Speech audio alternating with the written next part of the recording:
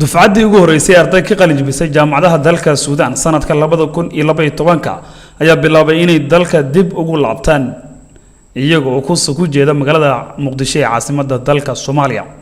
Ardadan ayaa waxa dufcaddii ugu horeysay caawa ka duushay garoonka caalamiga ee Khartoum kuwaas oo ku sii jeeda magaalada Muqdisho ee caasimadda dalka Hooyo. dufcadda ardaydan qalin jabisay ee Soomaaliyeed oo isugu jira gabdho iyo wiilal ayaa waxay tiradoodu ay gaaraysaa ku dhawaad 20 arday halka ay maalmihii la soo dhaafeen ay jireen arday gooni ah ugu sii laabanay dalka.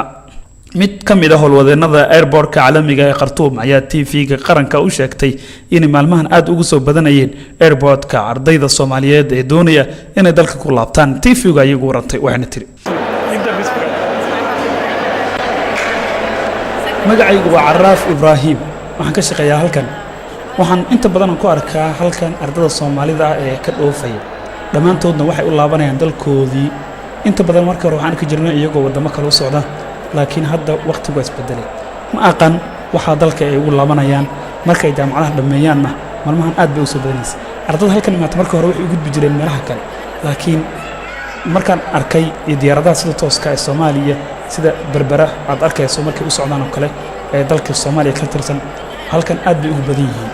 marka wadankii aan leeyahay wadankoodii ayaa wax badan iska bedelay. sidoo kale qaar ka mid ah ardaydaasi oo u socotay dalka Hooyo ayaa TV-ga qaranka iyagana dareenkooda uga cabiray iyagoo ku sugan garoonka caalamiga ah ee Khartoum waxayna yiraahdeen بسم الله الرحمن الرحيم الحمد لله رب العالمين والصلاة والسلام على أشرف المرسلين سيدنا محمد وعلى آله وصحبه وسلم. أما بعد أقرأنتي مجيء وأحمد نور عبد السياد جمعاله كل شيء مجال المقدسة كنص برباري ودك السودان يميد لبده كل إنتربادي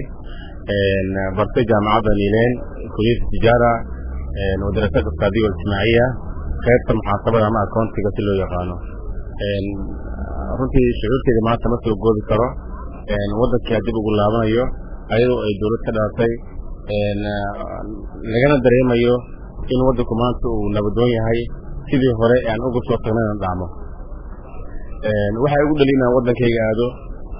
hore waxaa loo yidhi dal aadan lahayn waa dareen ku joog hadduu maanta waddankayga nabad yahay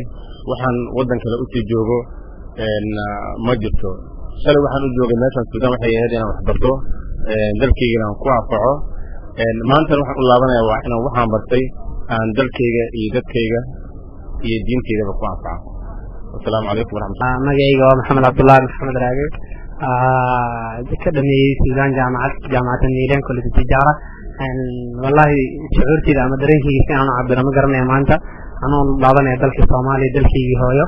إن شاء الله وحنا رجينا أتحاسب مثلا أمس جينا وحبشر السماع ودميان أنينا إن شاء الله هدو الله يرى وحواي لا هنا يقول ضلك الدين تنفعه هدو الله يرى مركا وحواي إن وحوا درين على عبد الكريم جدو هل ما أنت البر خطوة داعينا هي إن حاليا درين كاسوس يعني البر مختلف إن النوع ما نقعبه يعني أما دور قيا وكل دون أنس جديد أما أنصب اللي هدو الله يرى مركا وحنا لا ولا لا سلام مع سلامة ولا لا سمعنا هدي كله إن شاء الله السلام عليكم.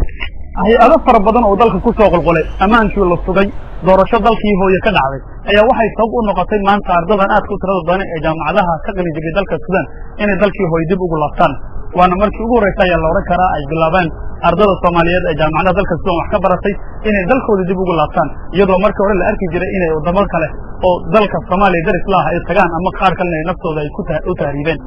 Fiido Maxamuud Fiido TV-ga qaranka Soomaaliya Al Khartoum Suudaan.